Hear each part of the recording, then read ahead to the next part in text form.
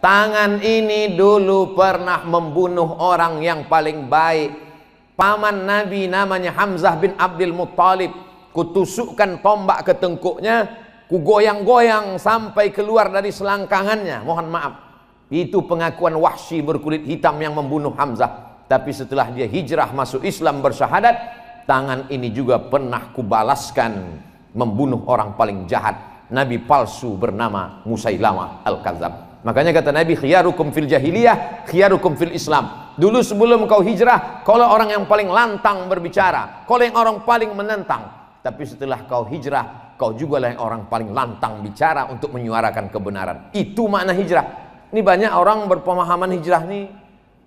Dulu sebelum hijrah, lantang bersuara, menggelegar. Kalau sidang, suara dia yang paling hebat. Begitu udah hijrah, macam ayam kena minyak lampu. Kau kenapa tak macam dulu? Dulu kau bukan main lagi semangat. Aku udah tinggal itu semua, aku udah mau mati aja ini udah. Oh tak betul. Suara tetap lantang, tetap menggelegar. Cuman bedanya kalau dulu ikut pada kebatilan, setelah hijrah maka dia liihqaqil haq, untuk menunjukkan yang hak itu adalah benar.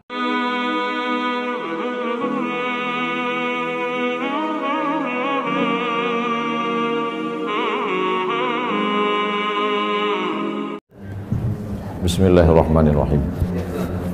Assalamualaikum warahmatullahi wabarakatuh. Alhamdulillah, wassalatu wassalamu ala rasulillah wa ala alihi wa sahbihi wa man tabi'ahu wa mawalah. 1, 2, 3 dan 4, 9, 10, 11 dan 12. Advokat mengundang Ustadz Abdul Somad sampai lupa COVID-19. Sebetulnya pantun ini hanya sebagai tradisi orang di bumi Melayu Daily, berpantun pembawa acara, berpantun pula awal. Dimulainya 1, 2, 3 dan 4, kita ikut pula 1, 2, 3 dan 4. Itu saja. Yang saya hormati bapak-bapak, keluarga besar Forum Komunikasi Advokat, tak dapat saya sebutkan satu persatu. Insya Allah semuanya dimuliakan Allah Subhanahu wa Ta'ala. Tadi sebelum kami kemari sempat makan malam, agak lambat sedikit. Saya katakan ke Bang Iqbal, Ustadz Iqbal Sauki Pulungan LC, Bang cepat sedikit, nanti kalau kita lambat payah ini, nanti dipasangkan orang nih pasal-pasal karet ke kita. Perkara lama kita aja belum selesai, belum SP3 lagi. Ini kaki ini sebelah masih tertambat lagi. Jangan sampai kena kita pasal-pasal baru. Jadi menjadi advokat ini luar biasa.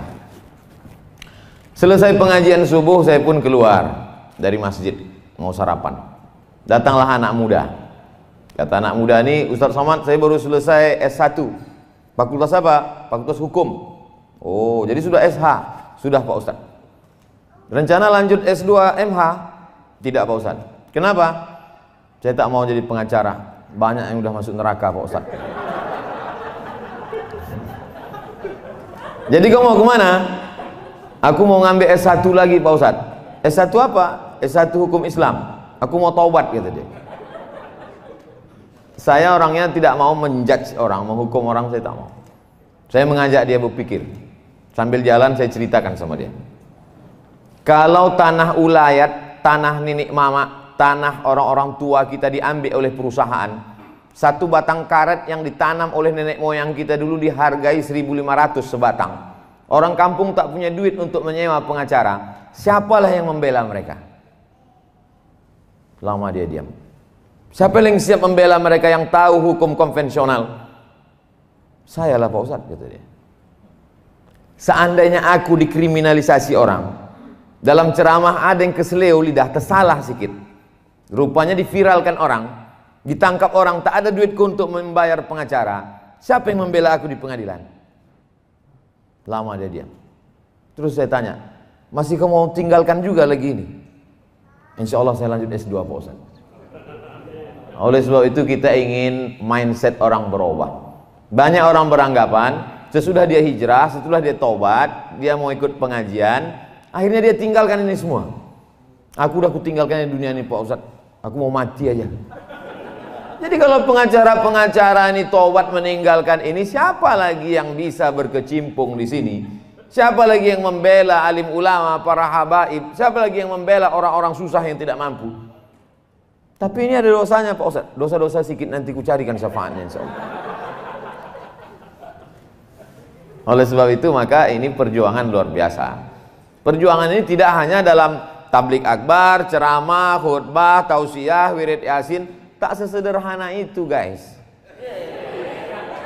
Ini kita berhadapan dengan hukum. Kita berhadapan dengan bukan pula hukum fikih, usul fikih, qawaidul fikih, halal, haram, makruh, mubah, syarat, rukun, wajib, sunat, sunat muakkad. Bukan ini. Ini kitab undang-undang hukum pidana, kitab undang-undang hukum perdata, kitab undang-undang macam tadi itu. Bukan surat Al-Baqarah ayat 282, bukan itu sebutnya. Pasal sekian, ayat ini ada pula i-nya. Nah, siapa yang bisa menghafal itu? Ustadz sudah cukup banyak energi di kepalanya untuk membahas masalah Quran, hadis, ijma, qiyas, syar'u man qablana, saddu zara'i, qaulus sahabi, istihsan, istishab. Habis sudah energi di kepalanya. Maka ada beberapa orang yang diberikan Allah kekuatan ingatan, hebat cara bicaranya. Kalau saya perhatikan, kebanyakan pengacara itu dari dua daerah.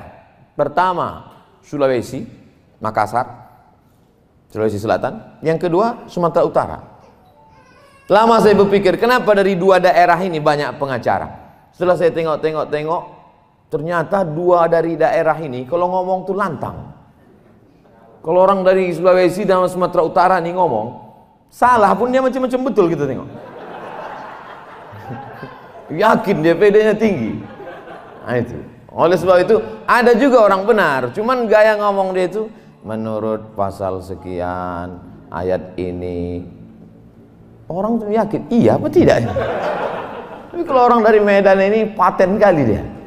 Oleh sebab itu maka ini bakat-bakat ini, bakat kemampuan mengingat pasal-pasal, bakat bicara yang lantang tegas dengan pilihan kata yang luar biasa, ditambah dengan keberanian, maka itu bekal yang luar biasa.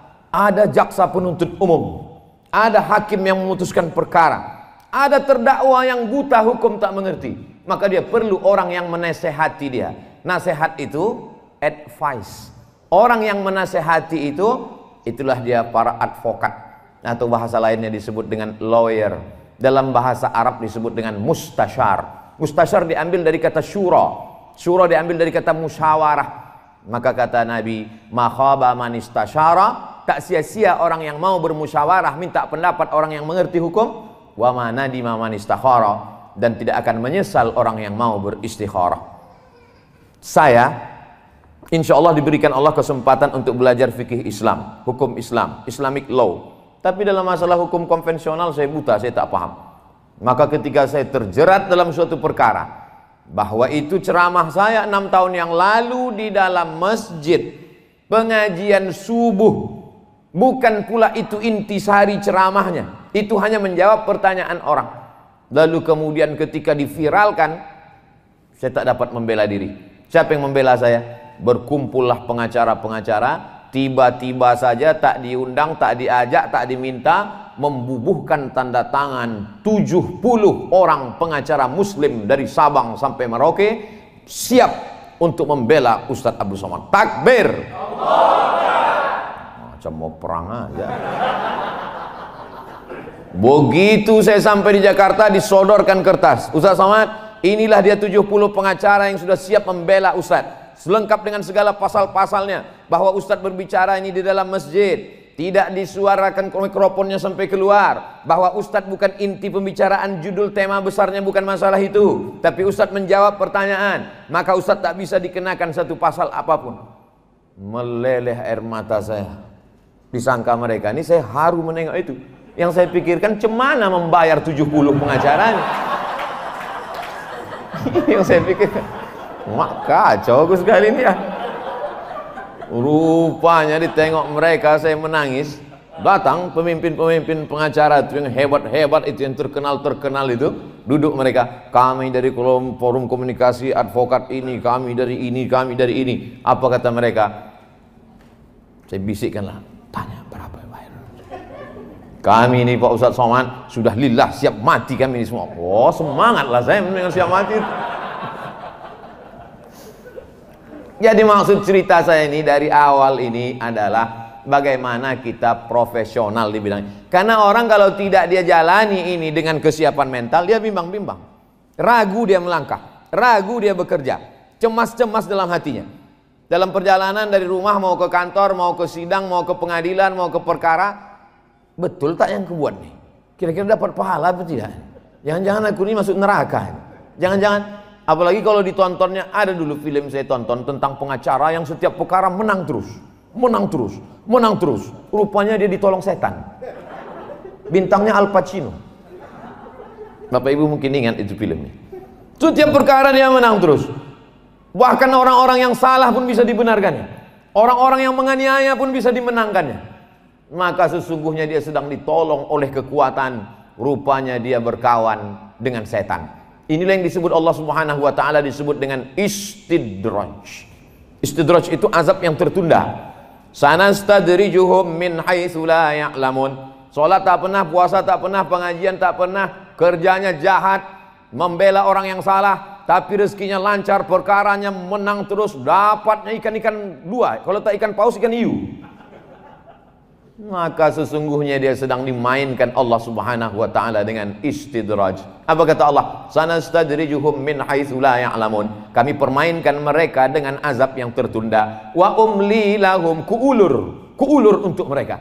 Kukasihkan dia rumah mewah, mobil mewah, duit banyak, bini 3. Min haitsu la ya'lamun. Dia tak sadar.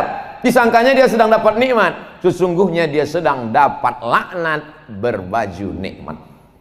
Puncak dari kepuasan adalah ketika kita bisa membela orang yang tak mampu, ketika kita bisa membela orang yang lemah, ketika kita bisa menaikkan orang yang di bawah naik ke atas, dan orang yang hebat mulia karena kejahatan bisa kita tunjukkan kebatilannya. Di situ ada kepuasan yang luar biasa. Hidup ini singkat. Kebetulan kita diperankan Allah dengan peran masing-masing. Ditengok Allah Subhanahu wa taala ketika kita belum lagi dalam bentuk darah, daging, tulang, bulu, kuku, sumsum, masih dalam bentuk roh menurut ilmu Allah, menurut kudrat iradat Allah. Ditengok Allah taala, oh ini cocoknya di pengacara, ini cocoknya ustadz, ini cocoknya tukang ojek ini. Jangan sepele kan, dia memang tukang ojek, tapi semua ojek di Medan ini dia bosnya. Gitu. Oleh sebab itu apa maknanya? Ini peran kita ini masing-masing diberikan Allah SWT. Yakinlah bahwa ini suratan kita dari kecil memang. Bapak dulu teringat saya gimana ceritanya Bapak ini bisa jadi pengacara nih. Saya Pak Ustadz dulu memang dari kecil memang udah bawaan. Kami dulu kalau cabut sama kawan tuh makan 3 bayar 1. Saya membelanya Pak Ustadz.